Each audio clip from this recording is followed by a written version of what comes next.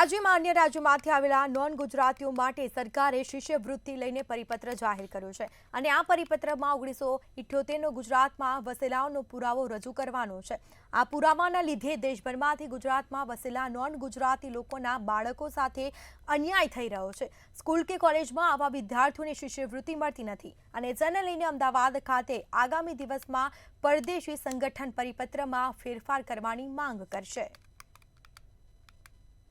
અમે અહીંયા ભણતા હોય, અમારા છોકરા અહીંયા ભણતા હોય, એ સારા ટકા લાવતા હોય અને સ્કોલરશિપ ના મળે, એમની પાસે